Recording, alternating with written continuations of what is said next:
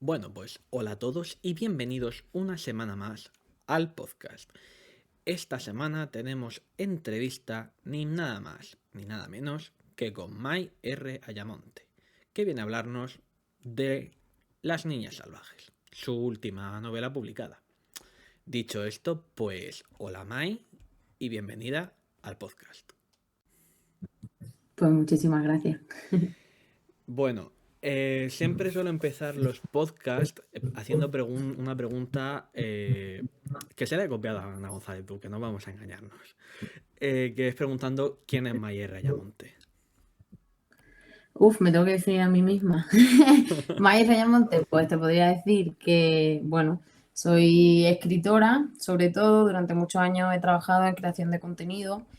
Es cierto que mi trayectoria en red empieza porque escribía y autopublicaba y quería encontrar un público, ¿no? Cuando tenía 12 años. Pero podemos decir que ahora mismo mi trabajo fundamental y en lo que más me defino siempre es en la escritura. Y luego además trabajo en temas de promoción de lectura para institutos, porque escribo tanto literatura adulta ahora con esto de la novela negra como literatura juvenil ahora de prescripción para institutos.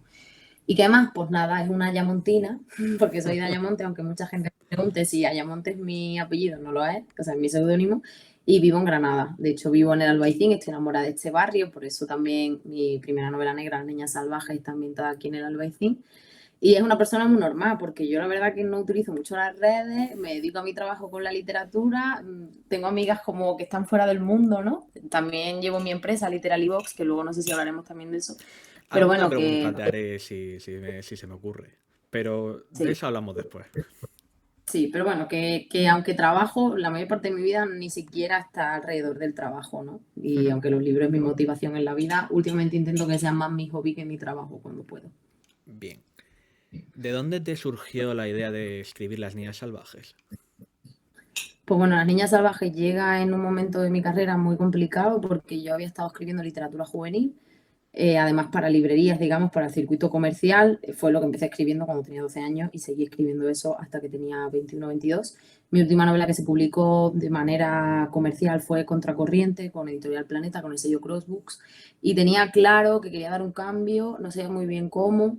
Quería que mis protagonistas fueran más adultas, porque había una serie de temas que quería tratar desde otra óptica distinta. Y también quería meter cuestiones históricas porque a mí me interesa mucho la novela histórica y las cuestiones histórico-políticas.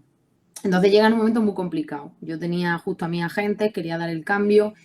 Te tengo que decir que en el sector de libros es muy difícil dar un cambio y un salto. Normalmente cuando estás encajonado en algo quieren que sigas haciendo lo mismo porque técnicamente es lo que funciona, ¿no? Aunque tú no quieras. Pero bueno, que al final dimos el salto yo un poco de la mano de mi agente a Las Niñas Salvajes. Yo leía mucha novela negra, quería tratar esos temas históricos políticos con tramas que fueran adictivas y de alguna manera también con libros comerciales, ¿no? Que al lector le llegara bien. Y entonces decidí que fuera con novela negra. Esa fue como la decisión en sí misma, aunque te comentaba al principio que yo además sigo escribiendo literatura para instituto. De hecho, este año ya hablaré del tema en redes cuando pueda, pero saco otro proyecto también de prescripción para institutos. O sea, yo sigo haciendo juvenil de lectura obligatoria de instituto, pero es verdad que lo que quería hacer para mí y por, digamos, dedicarle más tiempo era literatura adulta. De ahí surge un poco, sé que me enrollo como una persiana, si hace falta tú me cortas. Nada, te preocupes, esto todo tuyo. De ahí surge un poco la decisión de por qué las niñas salvajes. ¿Cómo surge la idea de las niñas salvajes? Yo soy una autora que primero tiene el tema y luego la trama y los personajes. Entonces yo sabía qué tema quería tratar, que es ese tema de las niñas salvajes del que no podemos hablar mucho. Sabía que quería tratar eso, que son cuestiones de memoria histórica. Y entonces, pues primero teníamos el tema de alguna manera y mi agente me dijo, bueno, pues muy bien, ahora piensa cómo lo vas a hacer, ¿no? Y ya de ahí pues me puse a trabajar en los personajes y luego en la trama. Ha sido además fue un proceso con muchísima documentación. Ahora justo acabo de terminar el siguiente libro de novela negra y ha sido un poco lo mismo. Y el propio proceso de documentación ya me ayudaba a perfilar la trama. O sea que eso también ayudó. Precisamente sobre la documentación te quería preguntar ahora. ¿De qué manera te has ido investigando el asunto de, bueno, pues, cómo perfilaste la documentación de esta novela y de qué manera ahondaste en ella? Pues bueno, para documentarme para Niñas Salvajes, dentro de lo que cae, fue fácil. Yo tenía ganas de ambientar algo en Andalucía, porque estamos muy acostumbradas a leer novela negra y literatura en general fuera de Andalucía. Yo siendo andaluza he leído pocas novelas del circuito comercial que estén ambientadas en el lugar en el que vivo, ¿no? Y el hecho de que fuera en Granada ya facilitaba el tema de la documentación, porque claro, hay mucha documentación que hoy en día se hace por internet, que se hace con libros que encuentras en cualquier parte del mundo, pero es cierto que hay otra que tiene que ver con los archivos, con los vecinos, con las calles, con las leyendas y con el boca a boca, que hay que hacerla in situ. Entonces, pues hubo una parte de eso que te comento, de mucha documentación por internet, de leer muchos artículos, de encontrar las fuentes, de leer libros, y luego otra gran parte que fue irme al archivo. Aquí en Granada tenemos el archivo municipal y el provincial en la ciudad, que son dos edificios diferentes, y iba al archivo a pedir los documentos que me interesaban, porque es verdad que hay cosas que no encuentras como tal tan fácilmente, ni en internet ni en libros, ¿no? Y ha habido una gran parte también que tiene que ver con los vecinos, con mi familia. Mi madre es de aquí de Granada, entonces ella es la pequeña de 5 hermanos, tiene 4 hermanos bastante más mayores que ella, que han vivido muchas etapas diferentes de la ciudad. Y Las Niñas Salvajes, sabes que se ambienta entre los 70 y la actualidad, sobre todo en la actualidad, pero hay ciertos episodios de los 70, y para eso fue muy útil pues mi familia y la gente que vive aquí en mi barrio, ¿no? Poder hablar con la gente directamente te ayuda mucho. ¿Por qué elegiste Granada? Pues a ver, yo soy de Ayamonte, sí, pero no me veía ambientando una novela en Ayamonte, ¿no? Como a nivel comercial, pero tenía claro que quería hacer algo, como te decía, en Andalucía, porque no tenemos tantos referentes en Andalucía. De hecho, estamos muy acostumbrados a ver series y películas en Andalucía donde los protagonistas ni siquiera hablan andaluz, y estamos bastante acostumbrados a que la mayor parte de la literatura que leemos tampoco está ambientada en Andalucía. Entonces, por ahí yo tenía claro que quería tirarlo a casa, ¿no? También porque he escrito mucho fuera de mi entorno conocido, eso requiere una documentación como muy estrambótica, ¿no? Porque si tú desarrollas una novela en Canadá, pues no, normalmente no vas a Canadá, ¿sabes? No sé que seas Ken Follett. Entonces, que no en mi caso, ya me gustaría. Ojalá, Entonces, ¿no? pues, claro, el proceso en sí de documentación y de ambientación de la ciudad era más fácil si yo estaba en ese lugar. Luego, además, Granada es una ciudad muy mágica. Es muy fácil ambientar una novela negra aquí. Es una novela, además es una ciudad, justo tengo una amiga que me decía, tía, todo el mundo tiene en su Facebook una foto con la Alhambra de fondo, porque todo el mundo ha estado en Granada de viaje. Si no vives aquí, has estado en Granada. Entonces es cierto que es un gancho también para el lector, porque ya conoce la ciudad o le suena. Y si no la conoce, ha habido ciertos clubes de lectura que me decían, pues estoy planeando ya un viaje con mi marido a Granada para hacer la ruta de las niñas salvajes, ¿no? Entonces había muchos motivos, pero también era tirar de lo conocido, porque lo hace mucho más real, ¿no? O sea, Sí. el hecho de describir el Albaicín como es, no lo describo porque sí, lo describo porque yo vivo aquí, porque cojo esas calles de noche, Ahora, porque para escribir... ahora hablamos de las descripciones. Ahora hablamos de las descripciones. Sí, pues por ejemplo, muchas veces yo me iba a una plaza, en plan, pues aquí aparece el primer cadáver, ¿no? De la novela, en esta plaza. Pues yo me iba a esa plaza a la hora en la que aparecía el cadáver, a ver quién está allí ese día, a esa hora, y otra noche, y otra noche, y otro día por la mañana, a ver cómo incide la luz, porque... Y todo eso es lo que le da de alguna manera verosimilitud, ¿no? Y eso es muy fácil si lo ambientas en el lugar en el que vive, y si tienes la suerte de que sea ciudad, pues es Granada, que es bastante fácil. Sí, además, bueno, lo primero, yo a Granada voy mucho, porque es una ciudad que me parece maravillosa, me encanta, es un lugar que rezuma magia allá donde pisa. También es cierto que dentro de Sevilla, digo yo, justo iba a decirte que dentro de toda Andalucía normalmente la gente suele recurrir más a ciudades como Sevilla o Córdoba porque tienen, perdón, que normalmente la gente suele tirar de escribir pues cosas en Sevilla o cosas en ciudades un poco menos, un poco más metropolitanas, no como, o sea, tanto como Granada, pero que Granada no es tan conocida en la literatura, eso es cierto. Y me Sí, sorprende. sí, es verdad que Granada en su momento se consideró la ciudad de las letras por Luis García Monteiro, el Mudena Grande y muchos otros autores, pero es cierto también que tampoco conocemos tantas obras conocidas que estén ambientadas aquí en Granada, ¿no? La gente tira de Sevilla porque Sevilla es la capital de Andalucía, ¿no? Y de Córdoba, porque es verdad que Córdoba es una ciudad pequeña, muy histórica, con mucho patrimonio y muy pequeña. Entonces, bastante fácil de manejar, entiendo, a nivel de trama. Yo te tengo que decir que en la novela que sale este año, que justo estoy terminando de trabajarla con mi equipo, ahí aparece Córdoba de manera fugaz, ¿no? Y para mí fue como bastante fácil que fueran a Córdoba, porque eran plan, vale, Córdoba, los sitios famosos son esto, esto y esto.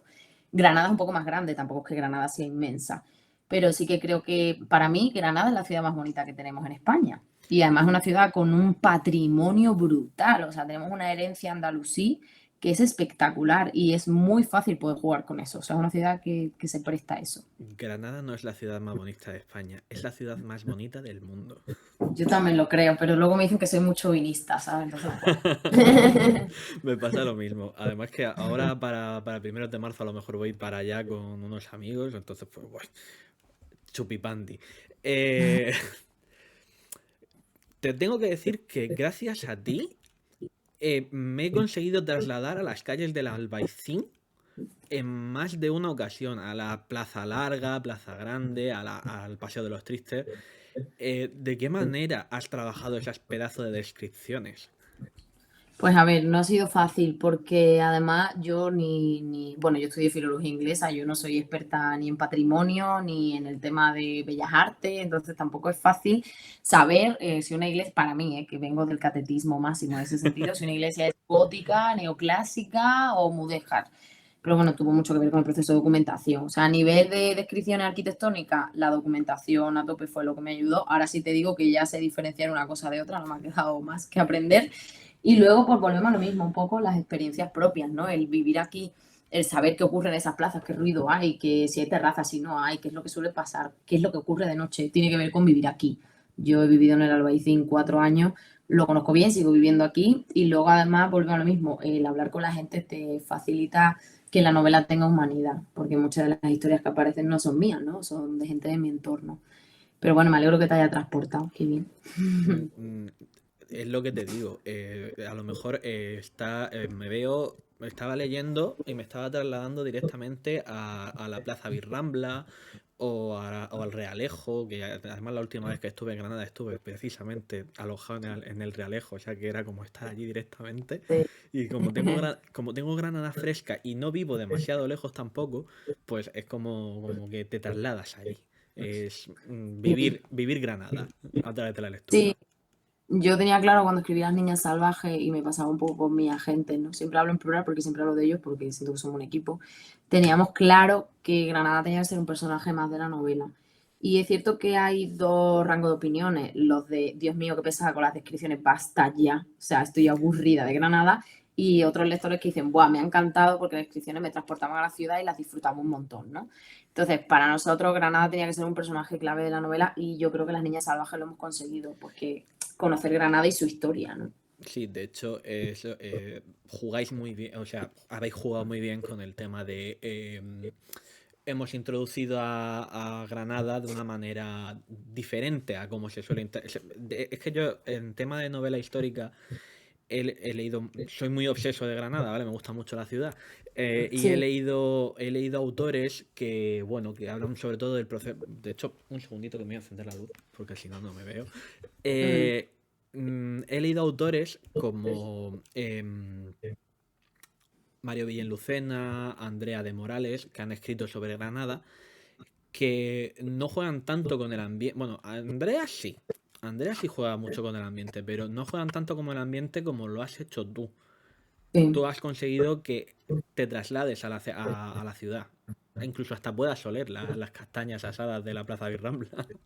Sí, sí, y es lo que volvemos, es que Granada tenía que ser un personaje más. Claro, yo la novela que he terminado ahora también está ambientada en Granada, pero los recursos no los puedes repetir, ¿no? No. Era en plan, oye, en Las Niñas Salvajes presentamos Granada, el lector la conoce de mi mano, ¿no? Y ahora lo que yo siga escribiendo en Granada, pues Granada aparece, pero seguramente no será la misma protagonista que Las Niñas Salvajes. Las Niñas Salvajes, sin duda, es un personaje más. Y es algo que le da también un factor diferenciador a la novela, ¿no? Dentro de la novela negra. ¿De qué manera fuiste planificando la novela? O sea, la novela, la trama.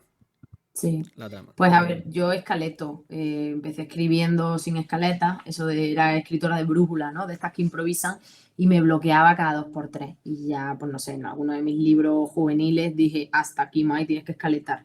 Y mis escaletas han ido mejorando, ¿no? Yo al principio hacía escaletas de una línea por capítulo, luego ya eran 3 líneas, luego eran 6. Ahora me pasa que cuando entregué el proyecto de la novela que sale este año, que también está ambientada en Granada, la escaleta eran 30.000 palabras. Tenemos que pensar que Las Niñas Salvajes son 145. O sea, la escaleta sean 30.000 palabras como una quinta parte de una novela. pero porque me doy cuenta que cuanto más trabajo una escaleta, más la profundizo, más preparo los personajes y la trama, más fácil me es luego a la hora de escribir. Entonces, bueno, yo siempre escaleto capítulo a capítulo, sé más o menos de qué va a ir la historia, dónde va a acabar, dónde empieza, pero hasta que no hago todo el desarrollo por escrito en un documento, yo no me pongo a escribir. De hecho, yo preparo la escaleta, se la entrego a mi agente, luego a mi editor, o sea, todo el mundo la lee, la discute y cuando todo el mundo está de acuerdo con lo que va a pasar, me pongo a escribir. Porque luego a mí terminar una novela y tener que volver atrás y cambiar un montón de cosas se me da fatal. O sea, a mí me gusta trabajar como con escaletas cerradas. Y eso me ayuda, pues muchas veces me dicen, ¿cuánto tardaste en escribir Las Niñas Salvajes? Pues a ver, Las Niñas Salvajes, escribir, mecanografiar, fueron 2 meses de mecanografía. Pero es que eso había requerido un trabajo de 6 meses previo de cerrar toda la historia, los personajes, la documentación, ¿no? Yo cuando me pongo a escribir, llega un momento en el que es darle a las teclas, porque ya está todo pensado y está todo hilado, ¿no? Está todo bien masticadito, ¿no? Sí, más en novela negra lo necesitas, porque con cualquier desfase mínimo que tengas se te cae toda la trama. O sea, es que hay que tener muchísimo cuidado. Precisamente sobre el tema de la trama, es muy, muy profunda. O sea, tiene un no vamos a meternos más a profundizar, pero tiene un trasfondo que, como te dije en su momento, al principio no te lo hueles. Conforme vas avanzando y ves el tipo de personajes, ya te vas dando cuenta un poquito, pero tiene una profundidad que alucinas. Que alucinas. Sí, sí, además yo creo que el tema que se trata no es para menos. O sea, creo que esa serie de temas tienen que tener profundidad, porque si no pierde la importancia que tienen, ¿no? Y como te decía, yo soy autora de temas, tengo muy claro qué temas quiero tratar en mi narrativa antes de escribirla y para mí es lo central de la novela. O sea, es que para mí lo central es que cuando tú acabes el libro digas, Dios, necesito informarme más sobre esto, ¿sabes? Esto qué barbaridad es. Y a mí me interesa mucho el tema de la memoria histórica, ¿no? Entonces ha sido, Las Niñas Salvajes fue un proceso muy guay porque pude explorar ese tema que me interesaba desde hacía muchísimo tiempo, que en mi narrativa juvenil no había podido explorar. ¿Llegaste al resultado que querías al final del libro una vez terminaste de planificarlo y de desarrollarlo? Sí llegué, pero sí que es cierto que me quedé con ganas y me he quedado con ganas de hacer como una segunda parte, que como tal no existe, o sea, eso ya te lo puedo decir, no hay como una continuidad como tal, y me quedé con muchas ganas porque cuando el lector descubre el tema, digamos que ahora hay mucho que profundizar sobre ese tema, ¿no? Y muchas cosas que se pueden hacer con cómo se queda la historia de las niñas salvajes. Pero es verdad que a nivel editorial es muy difícil sacar una segunda parte de una novela, primera novela negra, porque tienes mucho miedo de que llegue a librerías y que no venda. Entonces, te puedo decir que me quedé muy satisfecha y me he quedado con ganas de hacer ciertas cosas que de momento no he hecho. No sé si haré en el futuro, pero de momento no he hecho. No son para mí súper prioritarias, ¿no? Y por eso tampoco las hemos peleado mucho más allá, ni yo he tenido interés en... Pero siempre te queda alguna espinita de algo, ¿no? Bueno, esperemos que escribas porque la verdad es que yo tengo ganas de que profundices más porque te quedas con ese gusanillo de a ver qué pasa ahora después. Sí. Hablemos un poquito de Jimena. ¿De qué manera fuiste ideando al personaje? Bueno, pues Jimena Cruz es la protagonista de Las Niñas Salvajes, es una periodista, en la sinopsis se dice en horas bajas, me encanta como esa expresión, ¿no? Es una periodista frustrada con su carrera porque se dedica a hacer lo que hacen muchísimos periodistas que odian su trabajo, escribir cosas que no le interesan, ¿no? Y ella se quiere dedicar a otras cosas y no puede, pues porque la vida es así, tu jefe manda. Entonces, es un personaje con cierta complejidad, por un lado, por sus frustraciones personales, ¿no? De su vida y por sus frustraciones laborales. A mí Jimena es un personaje que me gusta mucho porque creo que tiene esas luces y esas sombras que tenemos las mujeres y que no estamos acostumbradas a leer en narrativa, porque estamos muy acostumbradas a las mujeres súper angelicales y súper buenas o a las mujeres pues, que son fatales y matadoras y están súper sexualizadas, ¿no? Y creo que Jimena es un personaje que está ahí en medio, que tiene sus luces y sus sombras y sus complejidades. Es un personaje además que ha pasado por una serie, no podíamos llamarlo trauma, porque yo creo que ella no es consciente de eso, pero sí ha pasado una serie de episodios en su vida con su familia que han hecho que ella no se siente identificada con esa familia, ¿no? Y ha roto con todo su entorno. Entonces es una mujer que está sola, que no tiene amigos, porque además es súper antisocial y súper antipática. Hay muchísimos lectores que me dicen, tío, es que amaba a Jimena y odiaba a Jimena. Y a mí eso me gusta de los personajes, que te despierten sentimientos encontrados, ¿no? Luego además yo creo que es un personaje que se valida a través del sexo, es una mujer que no tiene relaciones afectivas, emocionales, porque es incapaz, pero se valida a través del sexo, y que vuelca muchas veces sus frustraciones en las pocas relaciones personales que tiene. Y ese es el personaje que tenemos de partida, ¿no? Entonces, trabajar en Jimena para mí fue muy interesante porque yo quería tener un personaje que marcara al lector, ¿no? Que hiciera que el lector dijera, ¡guau, qué personaje que más me cae! O qué bien me cae. Y creo que hay una evolución con ella. Quizás me equivoco, pero creo que vemos una evolución. Y sí te puedo decir que el proyecto que saco este año también está Jimena y que creo que la gente se va a sorprender porque Jimena va a seguir evolucionando, ¿no? Sí, te confirmo, es un personaje con un arco de evolución precioso porque cambia mucho a lo largo de la novela. Cuanto más profundiza en el tema, eh, más diferente se vuelve. Y es algo que gusta a la hora de leer. Y de hecho, desde el primer momento se nota que se lleva fatal con los padres. Sí. Eh, ¿Cómo de clave fue este aspecto?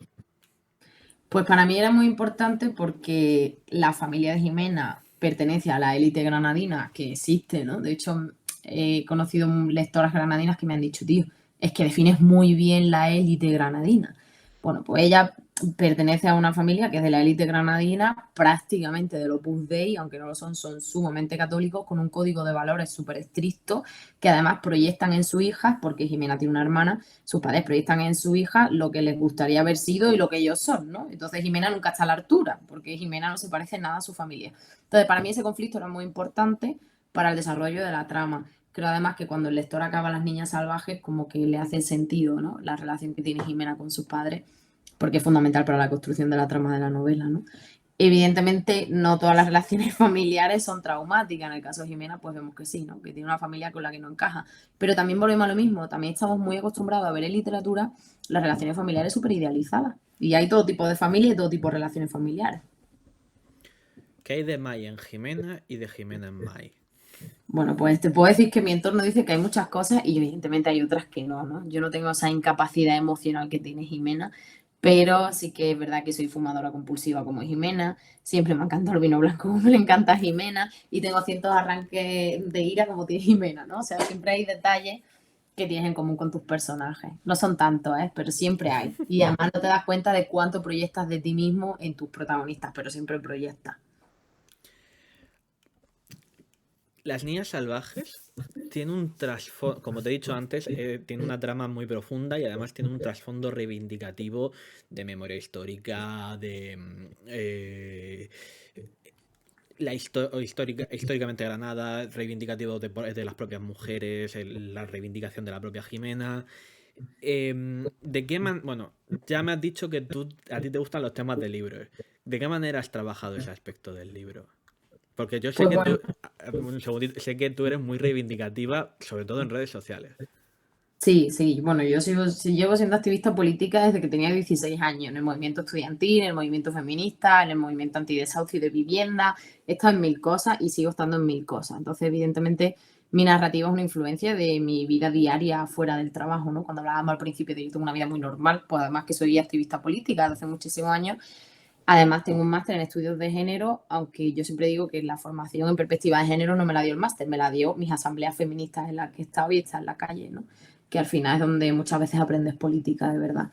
Entonces, para mí la literatura, la literatura que a mí me interesa es la que cumple una función social y por lo tanto mi literatura pues es un reflejo de eso, ¿no? Porque es lo que a mí me interesa a nivel personal.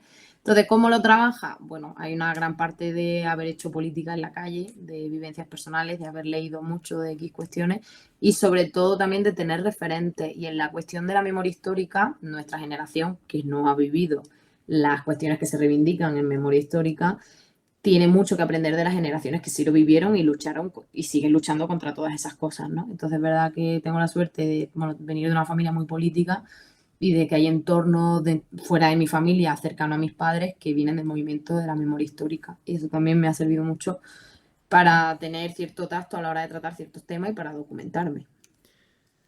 Estamos ya llegando al final del podcast. Espero que te lo estés pasando muy bien, la verdad. Sí. Y bueno, vamos un poquito a hablar de la parte más diferente del podcast. Porque aquí no hay ningún invitado que se salve de dejarle una pregunta al siguiente. Ay, me encanta. Pero en este caso te voy a dejar la que te dejó Gabriela Campbell, que pasó por aquí, fue la última invitada que estuvo allá en noviembre. Sí. Y aquí hago un pequeño corte de edición y te pregunto lo siguiente. Pues me encantaría saber, puede ser un libro reciente o puede ser algo de hace tiempo, pero me encantaría saber un libro que haya leído que le haya hecho... Pues mira, en cuestión de lectura, te podría decir 1000 cosas. Te podría decir Harry Potter para ser millonaria como J.K. Rowling, pero a los 12 a lo mejor tendría que ser transfoba y no paso por ahí. Pero más allá de eso, justo ahora estoy leyendo El símbolo perdido de Dan Brown y Wow. hace una hora le decía a mi pareja, tío, es que ojalá yo hubiera escrito lo que ha escrito Dan Brown. O sea, me parece un máquina como lo hace, ¿sabes? Entonces, para mí hay varios libros que ojalá yo hubiera escrito, ¿no? Y ahora mismo te diré Dan Brown porque es justo lo que estoy leyendo, me parece que es capaz de enlazar lo histórico, lo político, la trama adictiva de novela negra y llegar al público genérico, ¿no? Y haber hecho un bestseller con todos esos ingredientes que no son tan fáciles de combinar. Y te diría que Dan Brown. Luego, fuera de eso, pues hay 1000 cosas que me hubiera gustado hacer. Ojalá hubiera pintado yo la Mona Lisa, ¿sabes? Pero no sirvo para pintar. Pero ahora mismo te diría que Dan Brown porque es lo que tengo en la cabeza. ¿Qué tal ha sido qué tal es la experiencia de trabajar con agentes? Porque no sé cuánto habrás estado trabajando con agentes y sobre todo, ¿qué tal la experiencia de publicar con Contraluz?